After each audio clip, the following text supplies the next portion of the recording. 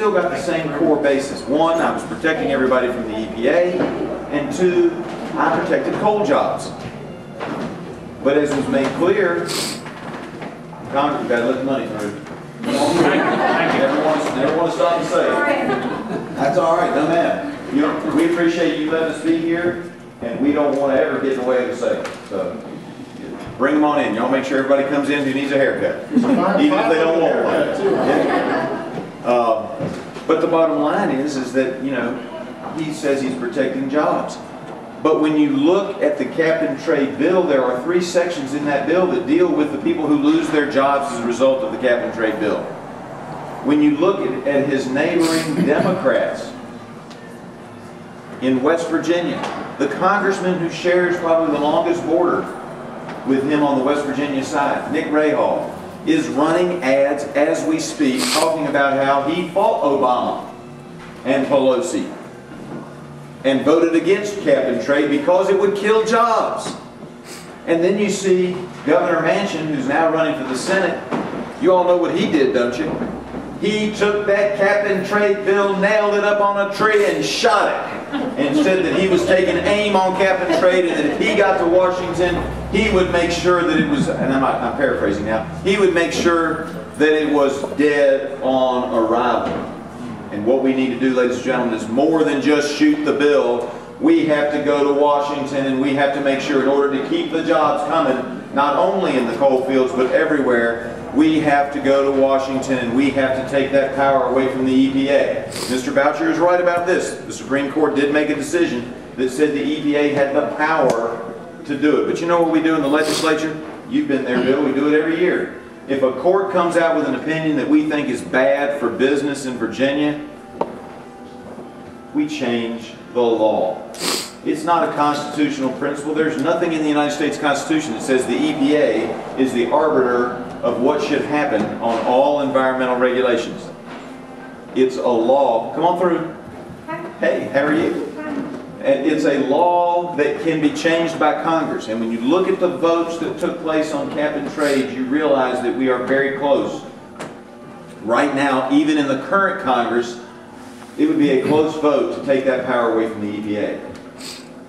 If the United States of America gives the people, if the people go out and give themselves a new government with a new Congress, with new people who understand that the EPA answers to the people and not the other way around, where the people have to always be answering and kowtowing to the EPA. Ladies and gentlemen, I believe that we can change that law, and we can take aim on the undue burdens and the undue restrictions that government has placed on the back of businesses. Now let me explain cap and trade a little bit further for some who may not fully understand what it's going to do. It's going to take it and make it so that every year we have to reduce the fuels that we use: petroleum, natural gas, and coal. Keep in mind that more than 70% of our electricity in this area is coal. 52% nationally is coal. Take a look at this behind you. We have lights everywhere. It's kind of hard to cut hair in the dark, isn't it? And while you can cut hair without electric shears and clippers and so forth, it's faster and preferred to do so with the electric versions. And that means that cap and trade, which you have to understand, it affects everything. Every business will be affected by it because your light bill is going to go up even higher. And that means that the cost of that haircut is going to go up even higher, because she can't stay in business if she has to eat the full cost of that increase in electric power. And the cost of food is going to go up. And the cost of shoes are going to go up. And the cost of just about everything we do is going to go up, and affecting particularly those living on limited incomes the most. The cost of heating your home is going to go up. And ladies and gentlemen, this is not the way America should be going. It should be going in a different direction. We are the energy capital in Virginia of the United States, and frankly the United States is still the energy capital of the world if we will only use the assets that God has given us. And so, ladies and gentlemen, I tell you today that if we're going to keep this economy solid, if the United States of America is going to remain the #1 economic power in the world, We have got to have some changes in Washington, because right now they don't seem to understand that what we're doing can affect the economy in the future.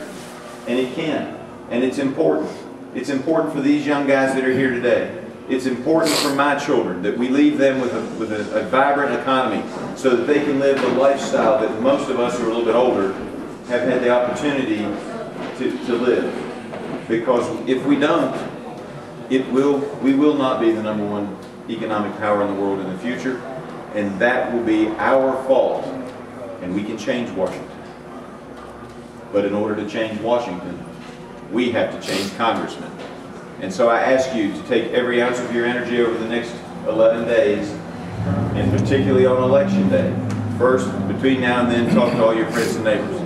And then on Election Day, make sure that you get out and that you work hard. I told a story the other night and people seemed to like it, so I'll tell it again. I remember this very vividly because it was cold and it was dark, and I was standing out at the precinct, the East Salem precinct, before I was elected to office.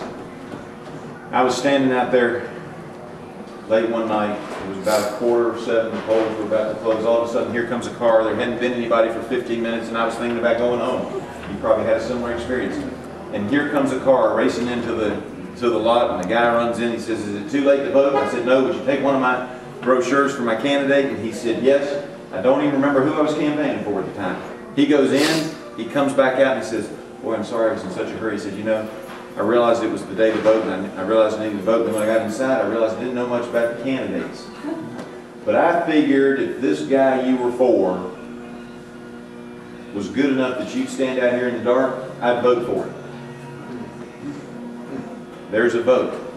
So don't think that when you're talking to your friends, for those of you that can work the polls inside or out, however, wherever you can help us, don't think that it may not make a difference, because this, I do believe, will be an election where that vote that you get, or those 2 votes that you get, may very well be the difference in this election. We will have to see. But we look at elections in the past, and we've seen several of them. Bob McDonald, classic example, when he was running for Attorney General. What was that, 1 vote or 2 votes per precinct across the state of Virginia? So it was less than that. It was less than 1 vote per precinct.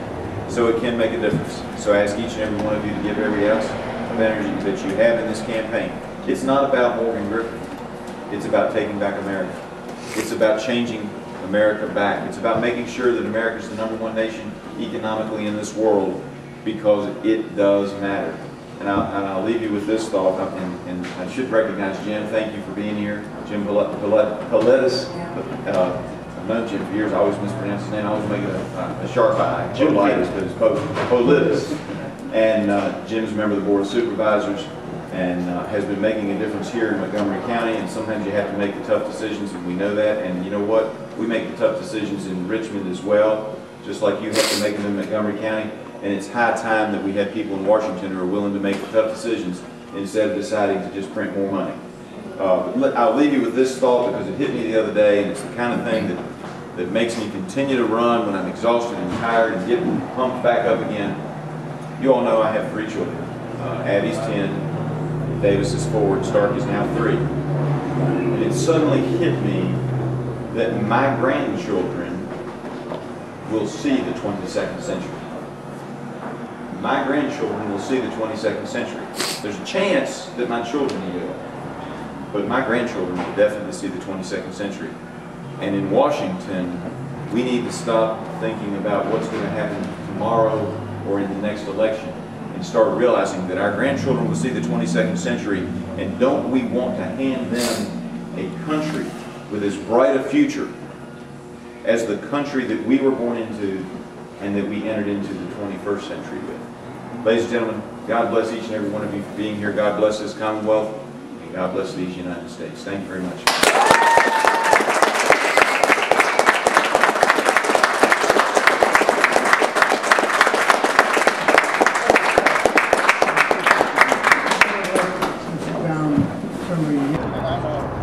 Come on over here, guys. I think Danny's radio is just getting. That's my favorite sound of it.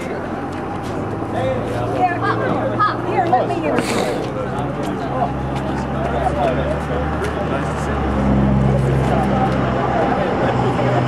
Gentlemen, Appreciate all of y'all coming down to this beat up little old garage, but you make do with what you can. Thanks everyone for coming here. And here's Lieutenant Bolling. He's got a few words to say. Thank you very much. Well, good afternoon, everybody. Thank you all for coming out this afternoon. We really do appreciate that. Here to lend some support to our good friend Morgan Griffith and his campaign for the United States Congress. 11 days from Election Day. Now, he could probably tell you how many hours and how many minutes, but I've only got it down to the days. Look, first of all, let me say we really do appreciate everything that you're doing to help support Morgan. You're out there doing what Bob McDonald always calls the hard work of freedom, knocking on doors and passing out literature and putting up yard signs, and that is absolutely the most important thing that you can do in one of these campaigns. This is a very close race, and this race is going to be won or lost in the next 11 days, depending on who works the hardest and who works the smartest. So it is important for us all to roll up our shirts the last few days of this campaign to make sure that we get Morgan elected to Congress on November the 2nd. I want you to work like the future of the country depends on it, because you know what? It does. In a very real way, it does. This is a critical time for our country. You look at the national polls, it's pretty clear that the vast majority of the people in our country today understand that America's on a very wrong track. Now, they went to the polls a couple of years ago and they voted for hope and change, and somewhere along the way they figured out that the change they got was not the change they were hoping for. And the truth is that today America is on a very wrong track. And to change Washington, we have to change the Congress. That's the first step. And the battle to change Congress starts right here in the 9th Congressional District. It is critical to our effort to recapture majorities in the House of Representatives that we win this seat here in the 9th District. Make no mistake about it, we have never had as good a chance at winning this seat in the 9th District as we have this year. We've got a great candidate. You know, people are concerned about and that's why the polls are so close in the last few days of this campaign. It's all being driven by the economy and jobs, and that's why it's so important that we're here today at a small business, because it's small businesses like this one that is the backbone of the American economy. And it's small businesses like this one and others like it across the country that are absolutely being devastated today by the misguided anti-business policies that are coming out of Washington, D.C. You know, it's kind of interesting to me.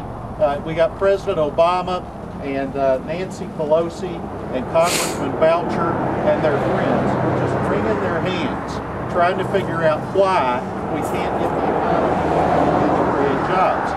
Now, well, the answer to that's really pretty simple. We can't get the economy moving again because they keep pursuing anti-business policies in Washington. You know, I've had the privilege for the last 9 months to serve as our state's Chief Jobs Creation Officer. I head up our economic development team. I've probably met with more CEOs in Virginia in the last 9 months than anybody in our state. And I'll tell you what they all tell me, Morgan. They all say, we've got money and we're ready to invest. We need workers and we're ready to hire, but we're not going to do it until Washington stops pursuing anti-business policies and starts pursuing pro-business policies. Because they know that policies like card check and cap and trade and national health insurance with these massive employer mandates, fines, and penalties, an environmental protection agency that is out of control, it is squelching every effort of the economy to revive itself. They know that all of the spending, all of the debt, looking down the barrel at the largest tax increase in the history of our country on January 1st, if we don't make those federal tax cuts permanent for every American citizen.